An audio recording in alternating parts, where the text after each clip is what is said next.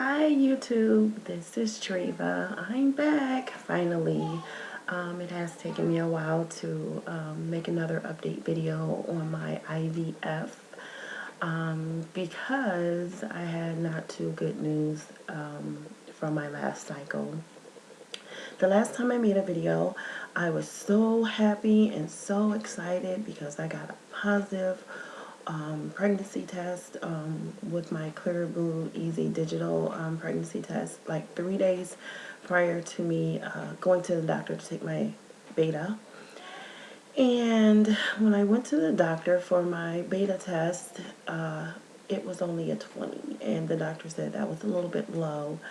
I went back a couple days later and it had dropped down to like a 9. So therefore, no baby, no pregnancy. I guess the little seed had started to attach, and then something happened where it didn't grow anymore. So we're not pregnant. I was waiting to see a lot of the results from a lot of the ladies that's on YouTube that, I've subscribed to, or I know that has subscribed to me as well. Didn't want to discourage anyone. I didn't want to have any negative comments or, not negative comments, but say anything, that would discourage anyone. So therefore I waited to see what the results of a lot of the ladies' betas were. So now, I prior to the video of me making about my pregnancy test, it was the one that I was making of my frozen embryo transfer, and I told you that my doctor's office accidentally thawed my embryo, my one remaining embryo, on the wrong day. They froze it again and thawed it back out 3 days later on the day that I was to have my transfer.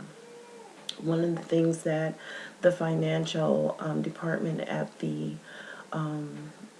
doctor's office, RE's office, said was they would make it right if I didn't get pregnant from this cycle. Well, being that I basically didn't have a positive pregnancy test, or that I actually didn't become pregnant from my frozen embryo cycle, they credited my credited us $2,200. So that helped out a lot because we pay out of pocket. We have no insurance coverage for IVF, so everything it comes out of pocket. We've taken out loans. Got 50% of our IVF was financed through the RA's office that we go to, and the other half we had to take out a loan for. A lot of women don't come on here and tell how the financial struggle of this whole situation, which it is a big financial struggle, but we'll do whatever that we can to be able to get pregnant and have a healthy baby. But so anyway, they credited our account, and which paid for everything that was out of pocket that we had remaining that needed to be paid on. So we still have another cycle financed, and with that cycle we also have a frozen cycle that's already included into it. So I had been waiting to be able to pay for my Gyno F. Gyno F is very expensive coming out of pocket when you have no insurance coverage. I needed to get 4 of the 950 milligram pens. Four of the 950 IU pens, and they are $834 each through Freedom Fertility Pharmacy, and that's who my RE office they go through for the fertility meds. But I did look up. There is a new program. It's called Compassionate Care. It's through EMS Sereno, What it is that you have to give them, if you qualify based on your income, what they will do is give you a 75% off of your Gano F, as long as it's going through Freedom Fertility Pharmacy. So we did qualify for that. I got my card in the mail. It's like a little insurance card that says 75% off. And that makes me all my fertility meds together, like with my Lupron, with my Avadrel, and my Gano F.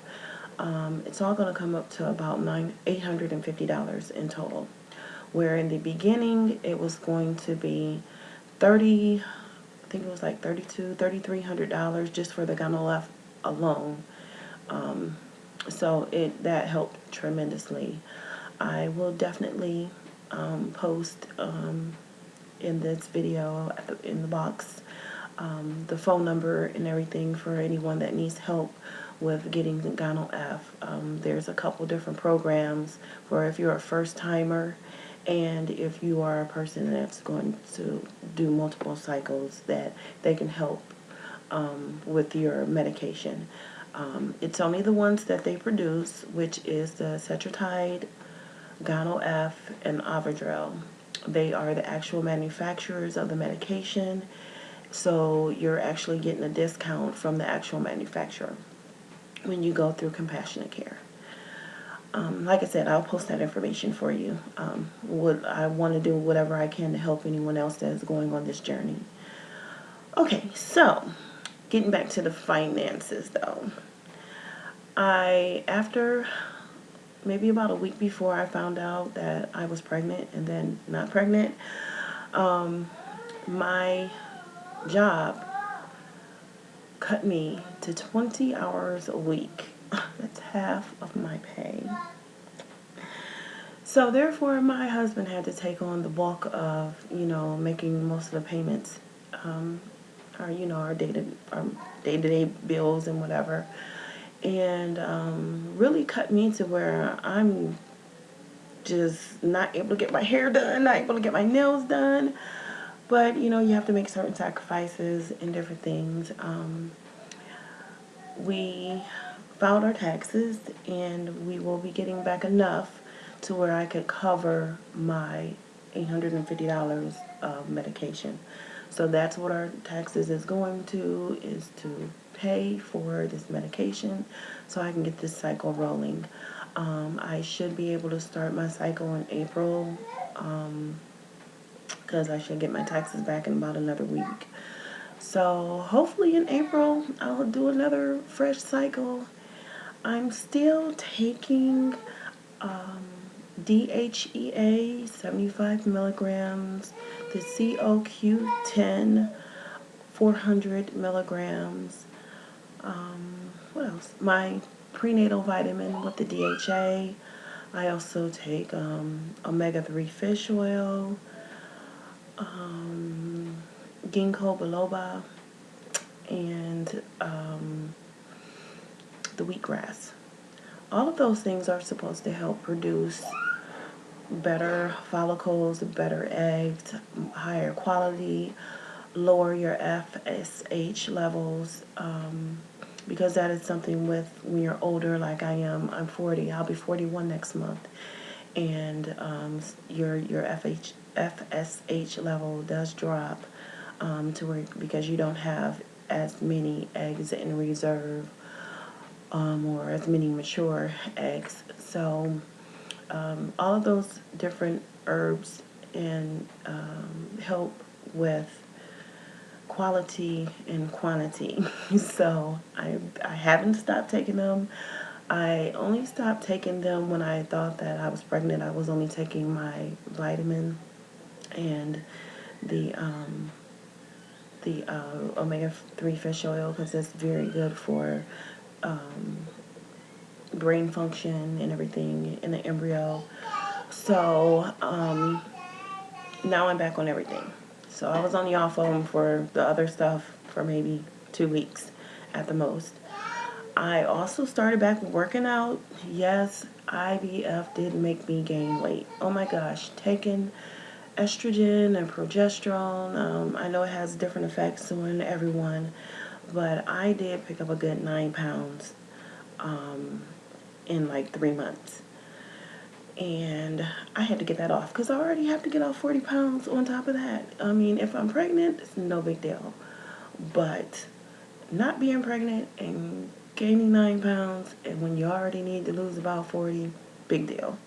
So I started back working out. I work out 5 days a week after work, being that I get off at 12 noon. My job has a gym, so it's free for employees. So after work, I go and change my clothes, and I go work out for like an hour at in our gym at work on the weekends. I don't really work out, but I'm still not laying around the house doing nothing. I'm up cleaning or doing something. So my husband and my son says that I'm OCD because I'm constantly cleaning, and it's crazy, but that's just me. I like a clean house. But I'm very happy to be starting a new cycle. I can't wait to start my new cycle, new fresh cycle. Can't wait to see how many follicles we get, how many mature eggs that they retrieve, and how many actually fertilize. Because my first fresh cycle, I did pretty good to be an old lady. So hopefully it'll be even better this time, being that I've been on the DHEA and the different herbs a lot longer. But nothing else to report on at this time. I'm sorry that it took me so long to update. And thank you, ladies, for staying in touch with me, and Mrs. 76 Martin. 76 Mrs. Martin, sorry. You were very concerned about me, and also Molly Chanel, concerned about me as well. I love you both for thinking of me. And I'm back on here, and I will be back with more updates and letting you know when I'm going to start taking my medications and starting this new fresh cycle. I will definitely let you guys know when that is. So until then, have a wonderful day, and I hope everyone is well. Bye-bye.